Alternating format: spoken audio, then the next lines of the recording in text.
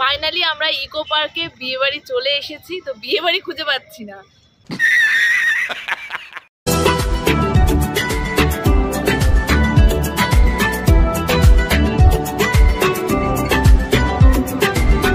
Hello বন্ধুরা, very very good evening. আশা করি তুমি সকলে অনেক অনেক ভালো আছো। আমিও খুব ভালো আছি তোমাদের ভালোবাসায়। কাছে দূরে যে যেখান থেকে ভিডিওটা দেখছো সবাইকে সুস্বাগতম জানি। শুরু করছি নতুন একটা ভিডিও। তো অনেক দিন পর আজকে ফাইনালি একটা বিয়ে বাড়ি পেয়েছি, তো আমি তো ভীষণ এক্সাইটেড বিয়ে বাড়ি যাওয়ার জন্য। আর তোমাদের দাদা ভাইরা আমি সাজগোজ করে নিয়েছি, তো আমাদেরকে কেমন লাগছে অবশ্যই জানিও। তো এই হলো আমার সাজগোজ। বৌদি ভাইকে কেমন লাগছে সেটা জানিও, বা পিউকে কেমন লাগছে সেটা অবশ্যই অবশ্যই কিন্তু কমেন্টে জানিও। আর আমার লুক তো একটা সাদাসিধে লুক, ঠিক আছে। একটা পাঞ্জাবি না, এটা ফতুয়া টাইপের একটা জামা পরেছি।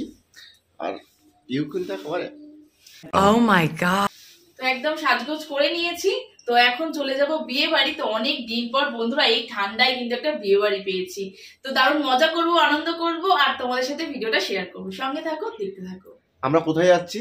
ইকো পার্ক 1 নম্বর গেটে আমাদের বিয়ে বাড়ি আছে আজকে। চলো লেটস গো, দেখা হবে আর আনন্দ। আর ফার্স্ট টাইম এই ইকো পার্কের বিয়ে বাড়ি, তো আমি ফার্স্ট টাইম যাচ্ছি একদম। ফাইনালি আমরা ইকো পার্কে বিয়ে বাড়ি চলে এসেছি, তো বিয়ে বাড়ি খুঁজে পাচ্ছি না।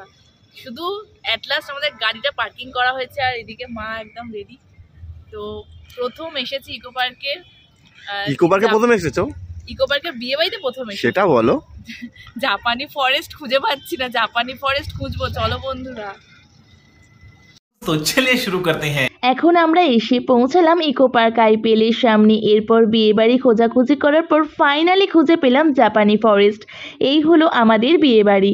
এসে প্রথমেই বরবউয়ের ছবিটা তোমাদের দেখালাম, এরপর বিয়েবাড়ির গেটটাও তোমাদের একবার দেখাই। ফুল দিয়ে খুব সুন্দর করে সাজানো হয়েছে। সবাই মিলে গুটি গুটি পায়ে এগিয়ে গেলাম বিয়েবাড়ির ভেতরে। প্রবেশ করে সুন্দর এই মূর্তিটা দেখতে পেলাম। এরপর চলে এলাম নতুন কনের কাছে। হাজার ভিড়ের মাঝেও রয়েছে আমাদের আজকে নতুন কনে। নতুন কনেকে আজকে লাল বেনারসিতে খুব সুন্দর দেখতে লাগছে। অনেক স্বপ্ন, অনেক ভালোবাসা আর অনেক আশা নিয়ে একটি মেয়ে অচেনা জায়গায় নতুন পথ চলা শুরু করে। এই দিনটা একটা ছেলে বা একটা মেয়ের জীবনে খুব স্পেশাল মুহূর্ত বা স্পেশাল দিন। এরপর আমরা চলে এলাম স্টলের সামনে। এখানে ছিল প্রচুর আইটেমস ছিল স্টলে, তাছাড়াও ছিল মকটেল কাউন্টার। তো এখানে তোমাদের দাদাভাই মকটেল কাউন্টারে যে স্ট্রবেরি একটা মকটেল নিয়েছিল, যেটা ছিল প্রচুর মিষ্টি মিষ্টি খেতে। তো আমি একদমই খাইনি, দেখো এখানে দাদা খাচ্ছিল, আর দাদার থেকে কিন্তু আমি একটু খেয়ে নিয়েছিলাম। এরপর তোমাদের চারপাশটা ঘুরিয়ে দেখাচ্ছিলাম যে জায়গাটা কিন্তু বেশ বড়। আমি ফার্স্ট টাইম এসেছি, তোমরা কারা কারা এর আগে এসেছো অবশ্যই আমায় কমেন্ট করে জানিও। দেখো জায়গাটা কিন্তু বেশ সুন্দর ছিল, তাছাড়া ছিল কনকনে ঠান্ডা, কারণ এত চারপাশটা ফাঁকা, বেশ ঠান্ডা লাগছিল। কিন্তু ঠান্ডা লাগলেও বন্ধুরা একদম শাল বা সোয়েটার কিছু ইউজ করিনি। তো এদিকে তোমার দাদাভাইকে বলছিলাম দাও আমাকে একটু দাও, একটু টেস্ট করে দেখি। তো ভীষণ মিষ্টি মিষ্টি খেতে ছিল। তো যাই হোক, এরপর আমরা কিন্তু মেন কোর্সেই চলে যাব। অনেকটাই রাত হয়ে গেছে। আর দেখো আমাকে সাজগোজ করে বিয়েবাড়িতে কেমন লাগছে অবশ্যই জানিও বন্ধুরা। বিয়েবাড়িটা ছিল অনেক বড়, তাছাড়াও ছিল প্রচুর লোকজনের ভিড়।